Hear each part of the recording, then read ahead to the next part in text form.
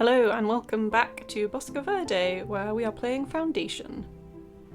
I've got a bit of a special episode lined up for today, and that is because you may have noticed over the last couple of episodes that our city is not doing so well.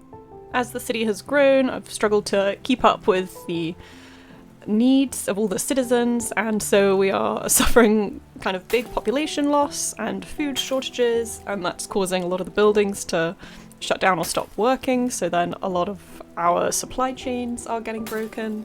Basically, it's not going well. So today I'm going to take you along with me while I attempt to fix our city. And I will say this is a bit of an experiment. I've not tried this before, so this is what I'm hoping is going to work, and by the end of the episode we can kind of try and measure our success. I've planned out 3 steps to fix Bosco Verde, which I'm hoping are going to help our city get back to being successful.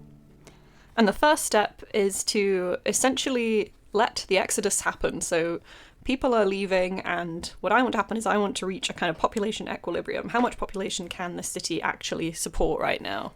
So if I come out of this view and get the UI back up, we're currently on 1,025 villagers. That's down from a high of about 1,050. In the last episode, or in between last episode and this episode, was busy adding some population back, and I'm gonna basically totally stop doing that and just let the villagers leave. And the logic behind this is that there should be some equilibrium where what we have in the city right now in terms of resources should be able to support a level of population. Clearly the current population is kind of too high. But previously I kept adding people back, like when I was trying to keep our keeps filled up with soldiers, and they just keep leaving, and so you kind of train them, you spend resources on them, and then they end up leaving anyway. So right now I think the approach needs to be just to let everyone who wants to leave. And then once we appear to have reached a kind of equilibrium, then we can start adding some resources and begin to allow people back in. So step 1 is going to be pretty hands-off. I'm going to speed up the clock and we're going to see if anything starts happening to our population.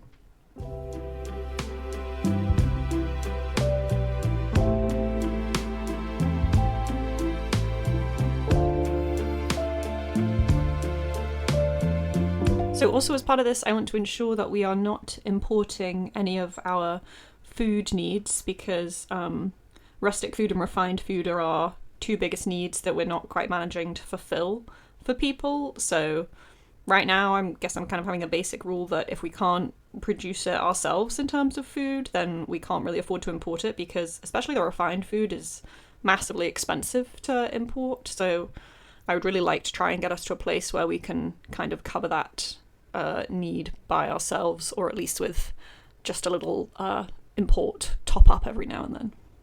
So if I come to the royal book and I look at our trade routes, or our resources, you can see that I have stopped importing any bread, any cheese, and any meat.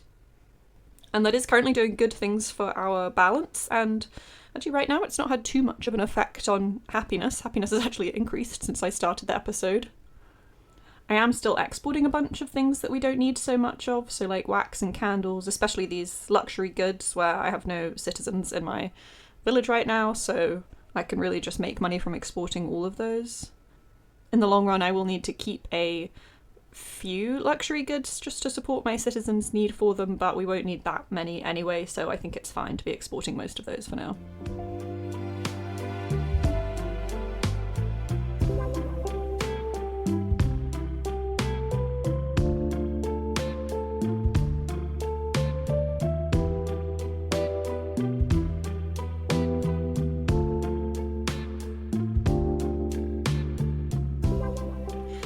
So while I have been letting our population tank, we've already lost about 13 people, I think. We've gone from 1,025 to 1,012. But I've been keeping myself busy, and I've been doing a bit of research on which exports are the most profitable, because that is going to help us with step 2 of fixing our city, and that is to fix our trade balance. So actually at the beginning of the episode our trade balance wasn't doing too badly, and that was because I had just gone through our resources menu and exported pretty much everything we weren't using, but obviously once we get to the bottom of those stockpiles, we become a bit slower to export those things. As we look at it now, our trade balance is actually positive by 402. That is because of the things that we are currently exporting, and we are currently importing absolutely nothing.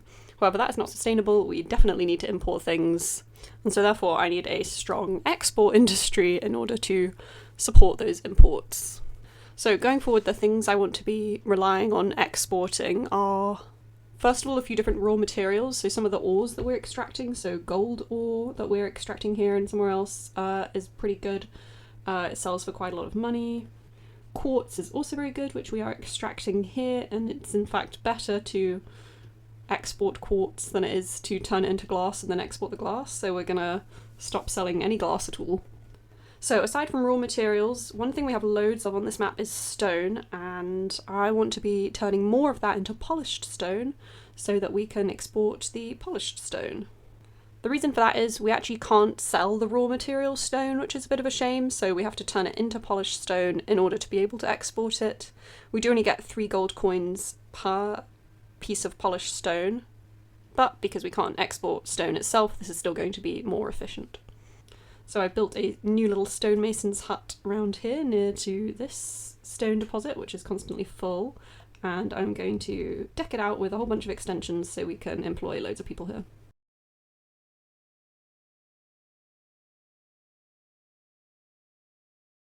There we go, there's our little stonemason's hut, so we'll go ahead and build that and employ the people in it once it has finished building out. This stonemason hut has also already been built out a bit. We've got 5 people working here, but I can build it out slightly more, and that is what I would like to do.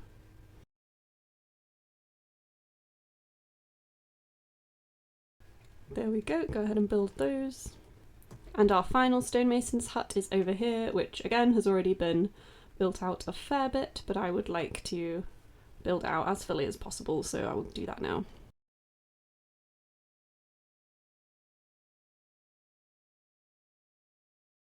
There we go, pretty happy with that.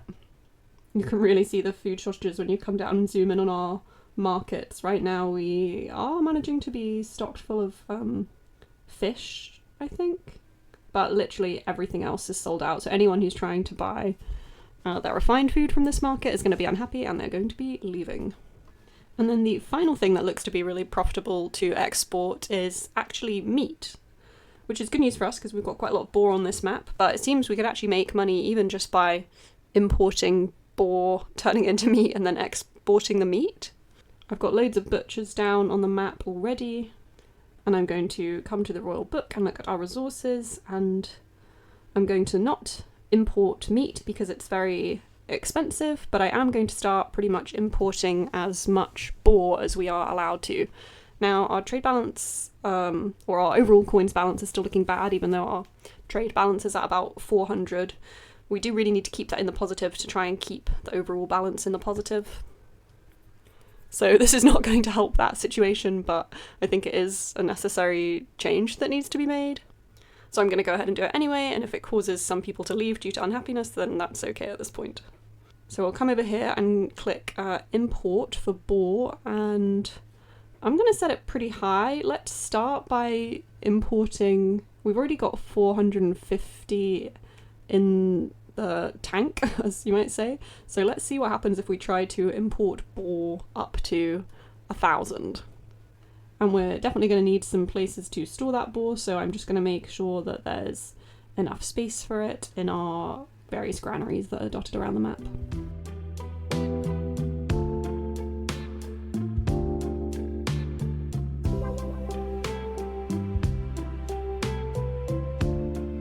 I just have to chime in quickly to say I do find it hilarious that in this game, despite the fact that people in my city are really unhappy. I mean, 76% doesn't sound that bad on the face of it, but because of the rustic food and refined shortages, like, so many people are leaving. I mean, I've been recording for about an hour and 20 minutes, and we've had, I think, 16 people leave, and I'm definitely expecting more people to leave as well.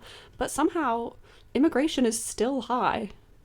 I guess that's because employment is high, is what this seems to suggest, but anyway, I'm obviously not accepting any new people right now because that would be counterproductive, but just thought I would chip in and say that. So as we're importing boar, the end goal of this exercise is going to be to start having enough meat, not just for our people to eat, but also have enough to sell some. We've already got a bunch of butchers everywhere, and because everyone in my city is leaving, most of these butchers are actually only serfs, whereas they could be connomers, so we basically have the opportunity to kind of double our efficiency of how quickly we're making meat.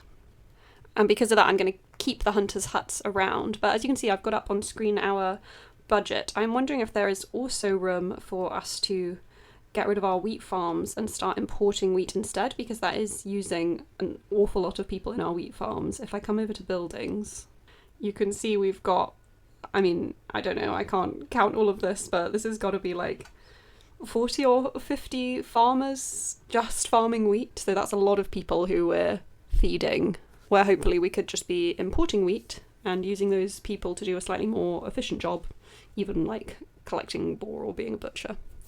Cheese we have endlessly struggled to produce enough of, but unfortunately we can't import milk, so we can't necessarily make our cheese production that much more efficient. We're just going to basically always have to have dairy farms around the map. As I said in the beginning, this is sort of all one big experiment in seeing if we can get this city to survive. So I'm not 100% sure any of this will work, but I'm having fun testing it out, and hopefully you are too. And so with that, I'm going to start importing wheat up to the value of 1,000. And I'm going to begin to get rid of our very hungry wheat farmers.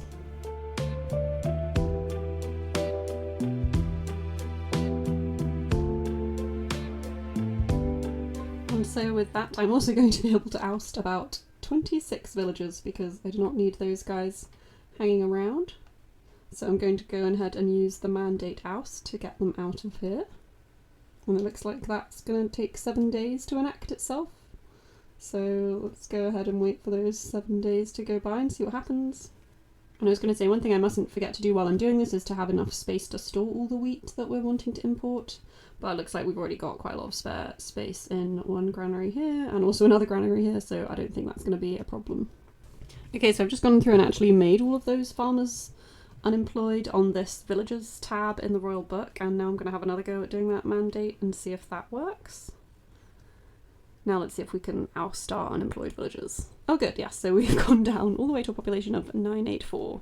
So while we are working on balancing our trade, that kind of leads me on to the third step in this plan to try and fix my city, and that is to basically start stockpiling food.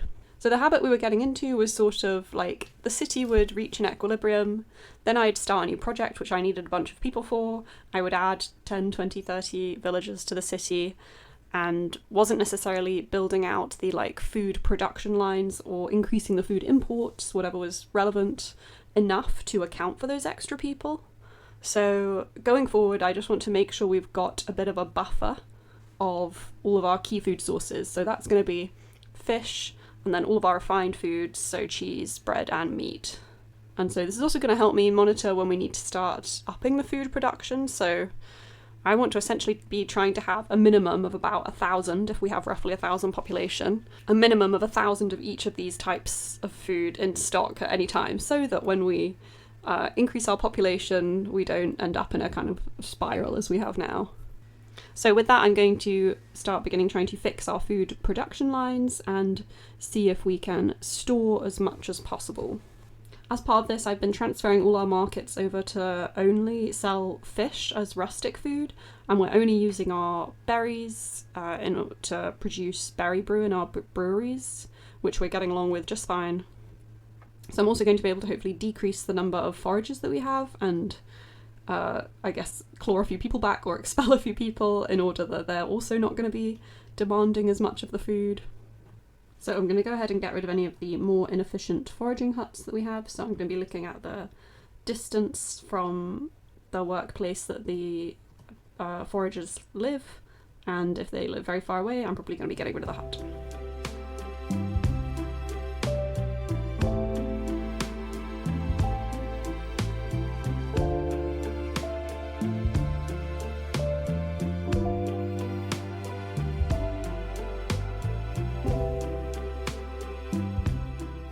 So we've stockpiled over 1,000 boar, and for the rest of this plan to work, we are going to need to start selling meat, which is hopefully going to contribute to a trade surplus.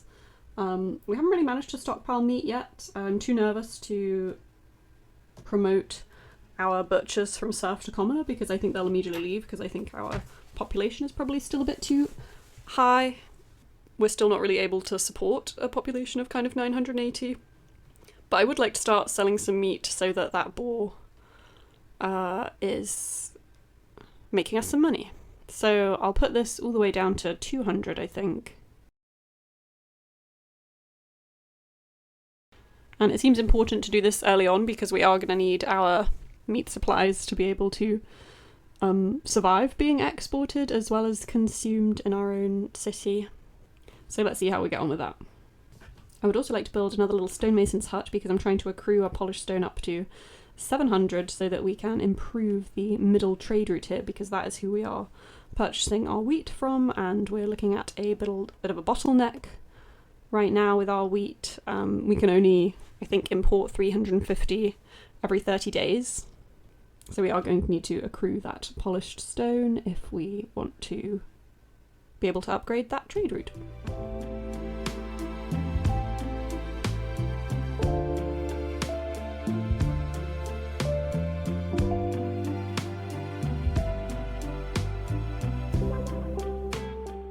There we go, happy with that, so I'm going to go ahead and build it all. I think that is the maximum number of workers we can possibly get at one stonemason's hut, which I think is going to be about 10.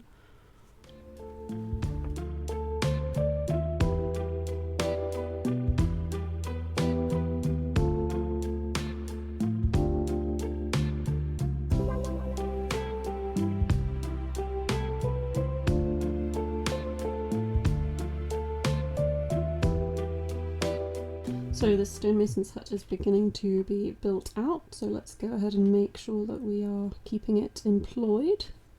So I think I have to admit that I've made a bit of a mistake by deleting those wheat fields, because we don't seem to be able to import enough wheat in order to produce bread without them. So I'll probably have to go ahead and rebuild those, but I'll do that off camera because that's a little less interesting for you to watch because you've already watched me build them once.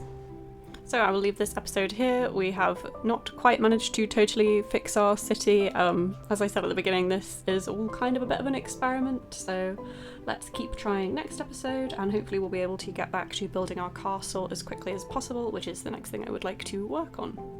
As always, thank you so much for watching, and I'll see you in the next episode.